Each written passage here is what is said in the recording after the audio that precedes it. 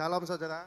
Saudara, saya akan bawakan bagaimana penyertaan Tuhan selama 21 tahun. Tema perayaan ucapan syukur ini adalah brotherhood dan festival kasih. Tapi bagaimana kita bisa menikmati satu festival, satu perayaan kasih, saudara harus tahu perjalanan Nusa Dua itu kemana sih? Dan kemana nanti sampainya? Karena apa saudara? Kita ini di sini ini bukan motivator yang besok selesai, masuk lagi ke gereja, dapat motivasi lagi, selesai. Enggak, kita ini berurutan. Kemana? Dituntun hari lepas hari, tahun demi tahun, sampai Tuhan mau. Amin. Saya minta PowerPoint-nya. Tema bulan ini ada boldness to the king. Firman-Nya katakan seperti ini. Kisah Para Rasul 14 ayat 3. Paulus dan Barnabas tinggal berapa waktu lamanya di situ. Mereka mengajar dengan berani karena mereka percaya kepada Tuhan. Dan Tuhan menguatkan berita tentang kasih karunia-Nya dengan mengaruniakan kepada mereka kuasa untuk mengadakan tanda-tanda dan mujizat. Tanda-tanda dan mujizat itu bukan hanya nyembuhin orang, bangkitin orang, bukan. Mujizat, tanda-tanda itu restorasi dalam seluruh hidupanmu. Dalam bisnismu, dalam pekerjaanmu, kok jadi berkat. Dari orang yang gak punya rumah, menjadi punya rumah. Di mana-mana, itu mujizat. Jangan batasi mujizat Tuhan itu hanya, oh sembuh badan aja, oh sembuh ini. Enggak, di semua area hidupmu. Keluargamu dipulihkan, itu mujizat. Amin. Next. Nah, kemana sih Nusa Dua ini dibawa sama Tuhan? Dari sebuah penyembahan yang fokusnya kepada Yerusalem duniawi. Yerusalem yang ada di Israel.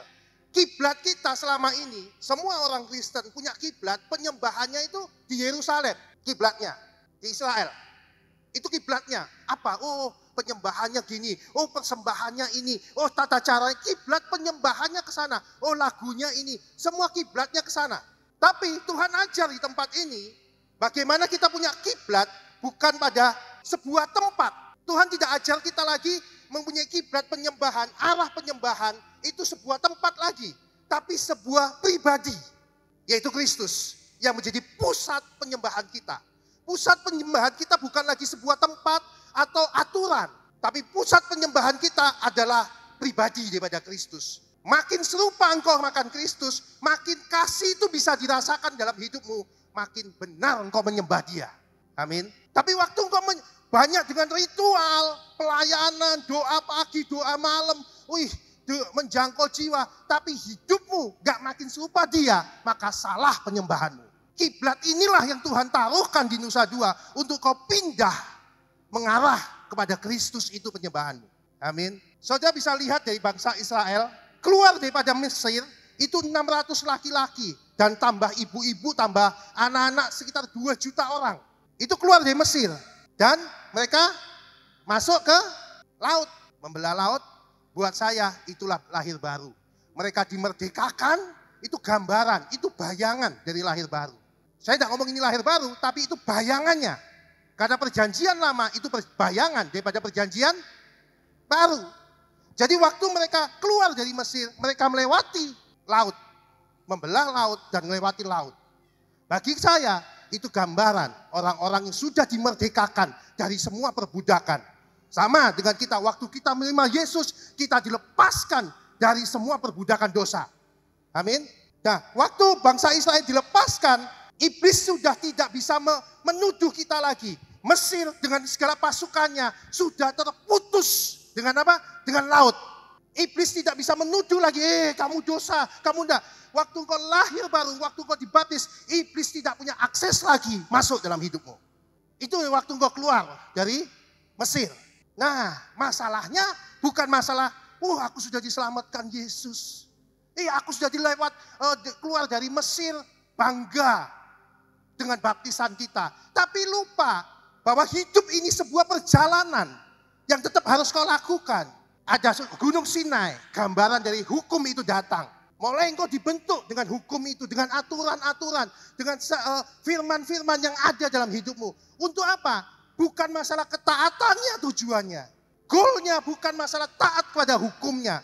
Tapi dengan hukum itu, dengan aturan itu, engkau bisa berubah. Amin.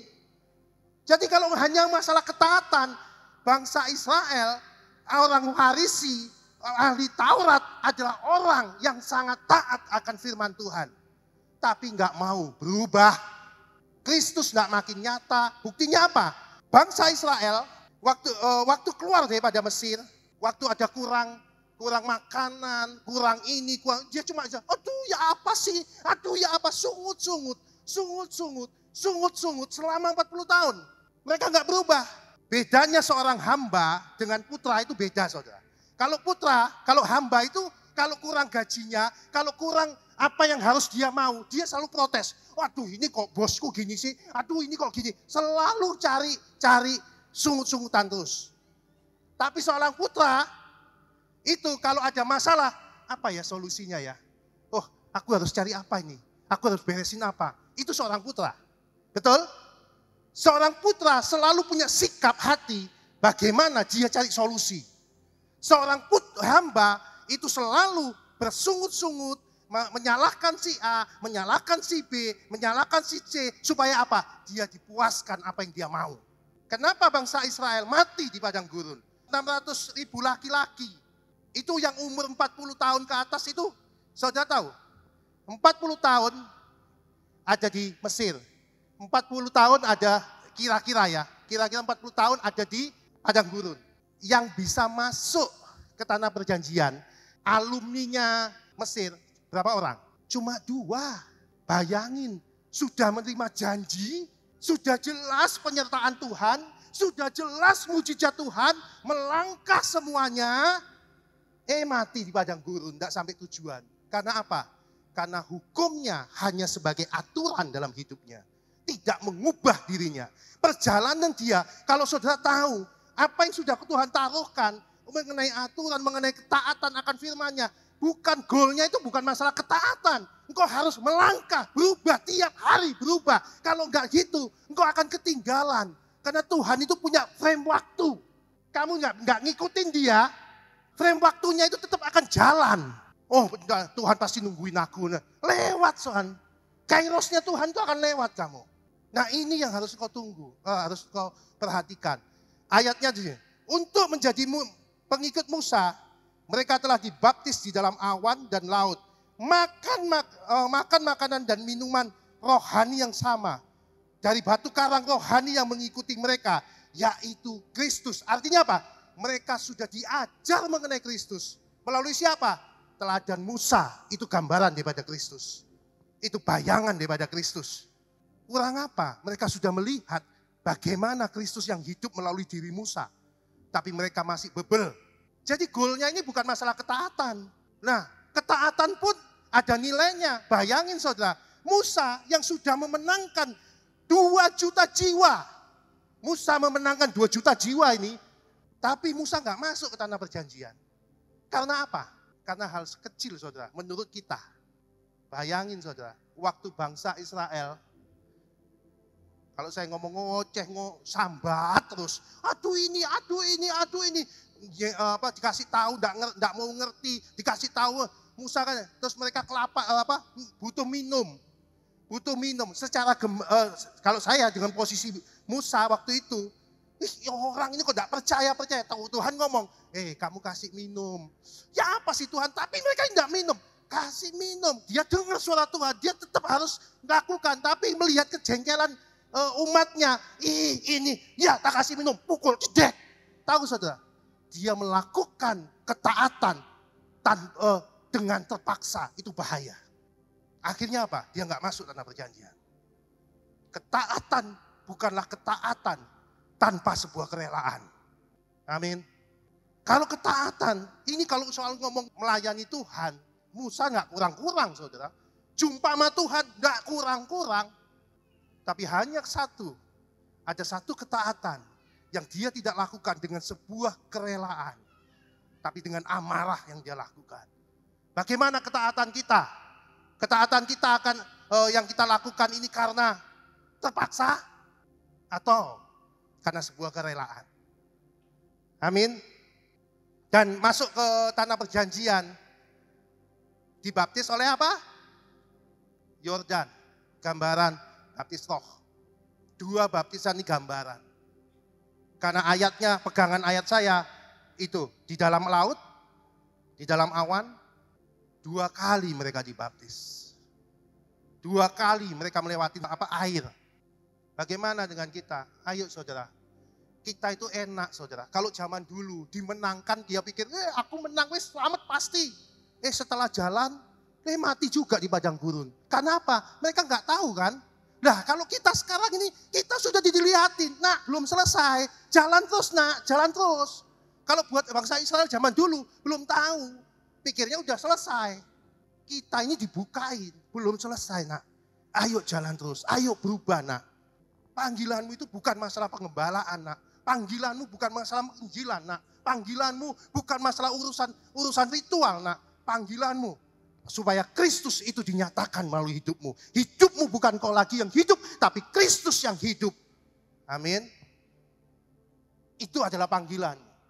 Saya ngomong Samuel Chandra sama Moren. Samuel Chandra sama Moren itu pernah mau pulang ke Sampit. Melayani di Sampit, enggak pernah mau. Siapapun yang nyuruh enggak pernah mau, termasuk saya. Waktu dia ngerti pengajaran sebagai putra, waktu papahnya meninggal, jam 3:30, 5:30 saya telepon sama dia. Sam, 3:30 itu jam 4 Pak Arifin telepon saya, dia cuma ngomong gini, Handoko, saya minta apapun yang harus kamu lakukan, kembalikan Sam ke Sampit. Waduh, iya kalau aku Tuhan. Pokoknya Sam harus pulang ke Sampit. Saya pikir enggak mungkin, karena saya tahu papanya sampai tidur rumah saya minta enggak bisa. Pak Arifin sendiri minta juga enggak mau. Tapi satu saat, waktu papanya Sam meninggal, 3:30 Pak Arifin telepon, 4:30 saya telepon Sam. Sama Moren. Saya lewat Moren dulu, kan harus wanita dulu ditaklukkan dulu, baru laki-lakinya kan. Saya ngomong Moren, panggilanmu bukan gembala. Panggilanmu bukan pelayan, panggilanmu bukan pemusik. Panggilanmu bukan aser. Panggilanmu bukan urusan pelayanan. Panggilanmu adalah seorang putra. Yes, amin Pak. Setuju Pak, amin, amin. Sudah kamu setuju ya? Seorang putra itu menerima warisan daripada bapaknya. Dia diem, dia cuma nangis. Dia terus cuma ngomong, Pak, aku siap. Papa aja yang ngomong, Sam. Jam pagi-pagi, itu setelah nirun Moren, saya pagi-pagi jam 5 pagi, jam 5 Bali, jam 4 Sampit mungkin ya. Saya telepon dia, Sam, udah denger deh Moren? Enggak, apa-apa. Aku enggak nyuruh kamu untuk kamu ke Sampit, kamu pelayanan, kamu jadi gembala, gantiin bapakmu, aku enggak urusan sama itu. Tapi ingat, kamu adalah seorang putra. Tugasmu bukan masalah pelayanan, tugasmu adalah menyelesaikan hidupmu sebagai putra. Seorang putra itu menerima warisan daripada bapaknya. Selesaikan tugasmu sebagai putra. Dia cuma diem. Terus Moren gimana Pak? Moren sudah selesai. Siap Pak. Langsung pagi itu saya telepon Pak Arifin. Jam 9 paginya, jam 9, jam 10 pagi. Langsung ditabiskan di depan makam papahnya. Waktu mau ngubur papahnya. Itulah Tuhan. Panggilanmu bukan masalah pelayanan. Kalau enggak gitu engkau hanya bertengkar masalah pelayanan. Betul? Panggilanmu bukan masalah penginjilan. Kalau enggak gitu engkau akan bersaing. Ini loh ayat, berdebat soal ayat terus. Panggilanmu bagaimana engkau menyatakan Kristus itu hidup dalam hidupmu. Itu adalah panggilanmu. Itulah yang ditanamkan di Nusa Dua. Engkau bukan lagi penyembah sebuah tempat atau aturan. Engkau menyembah dalam roh dan kebenaran. Kehidupan Kristus. Saudara, kirbat anggur lama gambaran dari Yerusalem sekarang. Kirbat itu apa sih? Gambaran bait Allah. Tempat roh, anggur itu roh. Nah Allah nggak bisa lagi dibatasi dengan tempat. Dia mau memanifestasikan melalui hidupmu itu loh. Tuhan mau memakai tubuhmu sebagai bait Allah. Dan melalui dirimu lah Kristus itu dinyatakan dalam bisnis, dalam pekerjaan, dalam semua areamu. Itu menjadi bait Allah yang hidup. Amin. Istrimu itu merasakan Kristus, merasakan kasih. Suamimu merasakan kasih, anakmu merasakan kasih, tetanggamu merasakan kasih. Kristus, kerajaan Allah itu dinyatakan di bumi seperti di surga melalui hidupmu. Itulah kirbat anggur baru. Amin.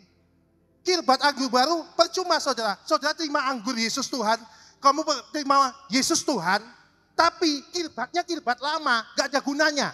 Cara menyembahnya cara lama, gak ada gunanya. Saudara terima anggur baru Yesus Tuhan, engkau harus sadar, engkau sedang tidak menyembah pelayan bait Allah lagi. Engkau sedang tidak melayani bait Allah, tapi engkau adalah bait Allah. Saya ulang, kita bukan pelayan bait Allah, tapi kita bait Allah, tempat roh memanifestasikan pribadinya. Kasih, kelembutan, kerendahan hati, kesabaran, kemurahan. Sehingga orang melihat, aku lihat Kristus melalui kamu. Amin. Nah masalahnya kita klaim, aku dari keturunan Abraham. Kita bangga keturunan Abraham. Abraham yang mana? Yang Hagar atau yang Sarah? Kalau Hagar gambaran daripada orang yang bingung dengan urusan perbudakan agama, ritual. Hanya di gereja aja shalom, shalom. Di rumah apa? Tapi kalau Sarah gambaran daripada putra. Kalau Hagar gambaran penyembahan yang dibatasi oleh tempat dan aturan dari tuannya. Tapi bicara mengenai Sarah, bicara penyembahan sebagai putra. Yang dimana hidupmu bukan kau lagi yang hidup, tapi Kristus yang hidup. Yang tidak dibatasi oleh aturan bapaknya, tidak dibatasi oleh tempat bapaknya, tapi seluruh yang dipikirkan bapak, yang dirasakan bapak, itu yang dipikirkan seorang putra dan dikerjakan seorang putra. Amin. Itulah kenapa saudara bukan lagi fokus pada Yerusalem yang sekarang. Tapi saudara Tuhan pakai di tempat ini, fokus pada Yerusalem surgawi. Siapa? Kristus. Amin. Yerusalem sekarang gambaran sebuah perbudakan agama. Yerusalem surgawi gambaran kemerdekaan. Amin. Jangan ngomong gini, aku keturunan Abraham, dari keturunan Sarah, tapi kelakuannya masih hamba. Ya bodoh aja. Karena firmannya di Galatia ngomong seperti ini. Biarpun dia seorang anak, tapi kalau dia belum akil balik, tidak ada bedanya dia dengan seorang hamba. Jadi jangan klaim-klaim kamu keturunan Sarah. Dari Abraham keturunan Sarah, jangan. Lihat kelakuan kita. Bagaimana kita memperlakukan di gereja ini? Engkau sebagai hamba atau sebagai putra? Itu bukti engkau lahir dari Hagar atau lahir dari Sarah. Amin. Yang disembah Ismail itu Allahnya siapa sih? Allahnya bapaknya dong. Betul? Yang disembah Isa, Allahnya siapa? Allahnya Abraham dong, sama bapaknya kok. Tapi hanya caranya yang beda itu. Yang satu berkelakuan kayak hamba, satu punya kelakuan sebagai putra. Yang berkenan dan dapat warisan siapa? Yang diakui sebagai anak siapa? Amin. Yang penting itu bukan yang siapa Allahnya yang sama, bukan. Tapi siapa yang diakui sebagai putra kan? Siapa yang menerima warisan? Engkau mau di mana? Hidup sebagai hamba yang hanya taat karena, biar aku dapat upah, aku dapat ini, perpuluhan, biar aku dapat ini, dapat ini. Tanpa ada kasih. Atau kamu taat karena kasih yang ada dalam dirimu. Next, kedua ini perjalanan Nusa Dua ya. Apa yang diajarkan selama ini, perjalanan 21 tahun ini yang terjadi, yang sudah diajarkan di Nusa Dua. Saya cuma mengulang aja supaya saudara tahu. Terus udah itu kita juga diajar mengenai rumah doa dan sarang penyamun. Kita ini jadi rumah jawaban. Bukan gini, sampai gereja, aku biar puluhan, aku biar dapat ini, aku dapat ini, aku dapat. Kelihatannya bait Allah, kelihatannya pelayanan, tapi hanya untuk untung sendiri, untuk posisi, untuk ini, untuk aku, kayak lintah. Itu sarang penyamun. Bait Allah jadi sarang penyamun. Harusnya kita ini bait Allah di mana-mana. Kamu melayan, oke. aku lepasin buat kamu ya. Aku ampunin ya. Aku berkati kamu ya. Jangan, itu ada jangkau jiwa, iya. Wah, itu nanti bisa masuk asuransiku nanti. Oh, jangan. Ada target-target bisnisnya, jangan. Amin. Layanilah dengan tulus. Itu, saudara, bedanya rumah doa, rumah jawaban, sama sarang penyamun. Tetap sama-sama gedungnya, baitnya sama. Tapi cara melakukannya beda. Satunya sebagai jawaban, satunya seperti lintah. Sama-sama Kristen, sama-sama ke gereja, tapi kelakuannya beda. Amin. Next. 3, ini yang sudah diajar di Nusa Dua. Semua ini yang saya buka ini 21 tahun inilah yang sudah diajar di Nusa Dua selama ini. Kita diajar untuk kita makan, bukan dari pohon pengetahuan. Kita makan hanya bingung nyelidiki ayat suci tok kayak ahli Taurat. Tapi pribadi Kristusnya nggak ada. Belajar dari kehidupan Kristus yang ada dalam dirimu. Next. Iblis mengarahkan manusia untuk memilih pohon pengetahuan baik dan jahat daripada pohon kehidupan. Oh, ayo belajar Alkitab, ayo belajar ini. Udah dapat Alkitab, udah dapat banyak hanya untuk berdebat. Apa kamu ini ayatnya? Oh, aku tahu ini ayat. Tapi kasih itu enggak ada. Hidup Kristus enggak ada sama dia. Untuk apa? Kitab itu penuntun. Untuk siapa? Untuk mengubah dirimu. Musa, bangsa Israel keluar dituntut oleh Musa. Supaya apa? Supaya taat kepada aturan Sinai. Bukan, aturan Sinai itu supaya apa? Supaya dia berubah menjadi putra. Berubah. Bukan urusan taat. Goalnya bukan ketaatan. Tapi goalnya adalah perubahan. Amin. Ketaatan bukan akhir daripada tujuan kita. Tapi perubahanmu yang serupa Kristus. Itu adalah goal dan tujuan dari hidupmu. Firman Tuhan itu rambu-rambu. Masa sih saudara dari Nusa Dua mau ke Denpasar, ada lampu merah, saudara taat. Terus saudara ngomong, aku bangga sudah taat lampu merah. Masa bangga sih? Banggamu itu kalau engkau sampai tujuan dong, ya kan? Bukan bangga karena taat lampu merah. Sama, waktu engkau lakukan puluhan persembahan ini, tidak bisa kamu banggakan. Banggamu itu kalau engkau sampai kepada tujuanmu, yaitu Kristus dinyatakan melalui dirimu. Itulah goalnya. Masa lampu merah udah taat. Belok kanan, tandanya belok kanan, ikutin. Tapi tidak berubah. Karena firman Tuhan itu yang tertulis itu hanya rambu-rambu yang menuntun kamu sampai kepada tujuan Allah yang sebenarnya. Kalau orang Farisi, orang ahli Taurat bangga dengan ketaatannya tanpa berubah. Makanya Tuhan ngomong, hei kamu itu kayak kuburan yang dilabur putih. Luarnya bersih, dalamnya tulang belulang. Next. Manifestasi buah pengetahuan baik dan jahat. Kita puas terhadap pengetahuan. Akan benar tapi tidak dilanjutkan dengan kerinduan untuk mengalaminya secara pribadi. Next. Masuk kepada Injil keselamatan. Setelah engkau dikasih aturan, engkau belajar taat. Itu Injil keselamatan yang akan menyelamatkan kamu. Tapi masuk pada Injil kerajaan di mana Kristus itu memerintah dalam dirimu. Hidupmu bukan kau lagi yang hidup, tapi hidupmu adalah Kristus. Engkau adalah firman yang tidak lagi ditulis di loh batu, loh kertas. Tapi hidupmu itu firman yang ditulis di dalam daging dan hatimu. Orang lihat gini, aku lihat Kristus dalam kamu. Kamu itu surat Kristus. Nah, itu goalnya. Amin. Itu goalnya. Ini yang sudah Tuhan ajar di Nusa Dua. Saya cuma review supaya saudara bisa lihat kemana sih kita ini. Next. Belajar dari Yesus. Bukan belajar tentang Yesus. Banyak orang kita belajar tentang Yesus. Tidak belajar dari Yesus. Ditempeleng pipi kanan, kasih pipi, coba. Coba bingung aja, tempeleng pipi kanan, tempeleng pipi kanan, pipi kiri. Disakitin orang, apa lo, pukul. Cuma belajar toh, tidak mau jalani. Untuk apa? Jalani saudara, jalani. Yang membuat kamu hidup itu waktu jalani.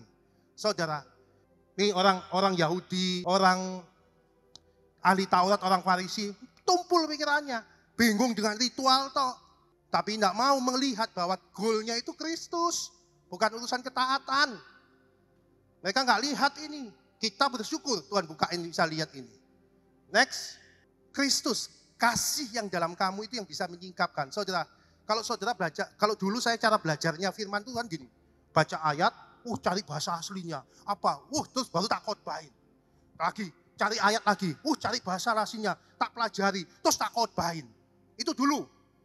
Tapi saya nggak rasakan Kristus. Istri saya ngerasakan genderuwo malahan. Sombongnya saya itu minta ampun. Aku tahu ayatnya, ini ayatnya, ini ayatnya. Semua.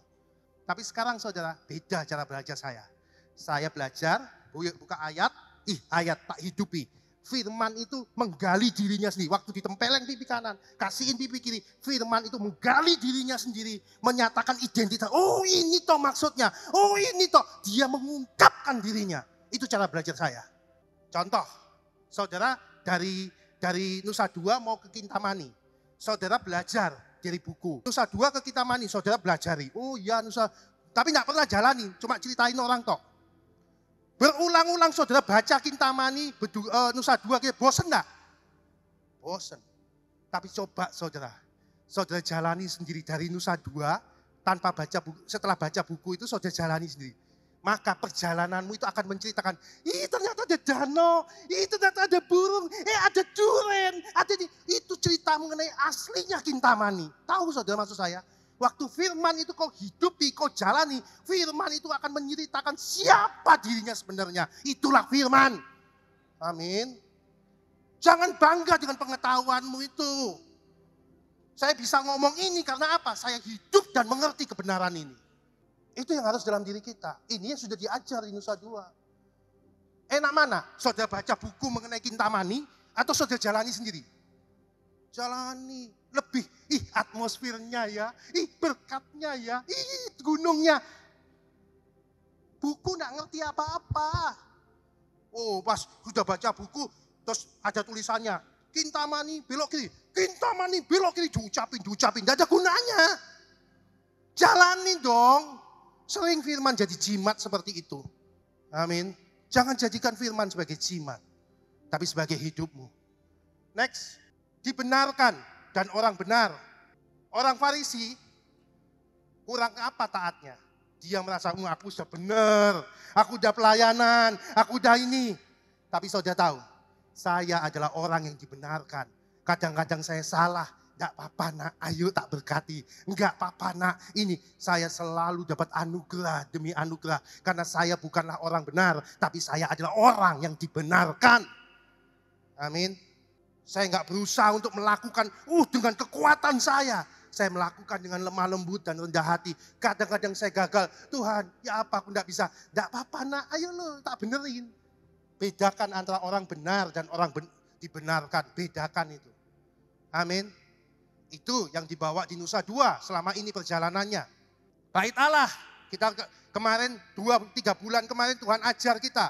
Bagaimana bait Allah, pelataran, ruang kudus, ruang maha kudus. Tubuh, jiwa, roh. Ini bait Allah yang surgawi. Bait Allah Yerusalem adalah pelataran, ruang kudus, ruang maha kudus. Tapi bait Allahnya perjanjian baru, tubuhmu. Yang dipimpin oleh, yang ada 3 lapisan juga. Tubuh yang gambaran daripada pelataran, jiwa gambaran dari ruang kudus dan ruang maha kudus. Hamba, putra, mempelai. Jelas saudara? Saya ulang. Hamba, putra, mempelai. Semua Tuhan bukain. Itu yang di Nusa Dua Tuhan taruhkan. Ayo saudara. Kurang jelas apa kebenaran ini? Jangan cuma senang jadi hamba. Bangga, aku udah dimerdekakan. Tapi kelakuannya kayak hamba terus. Enggak mau berubah jadi putra. Enggak selesai di putra saudara. Nanti Tuhan angkat kamu jadi mempelai. Memerintah bersama dia. Menjadi satu dengan dia. Tapi saya belum bisa nerangkan ruang maha kudus atau mempelai banyak pada saudara.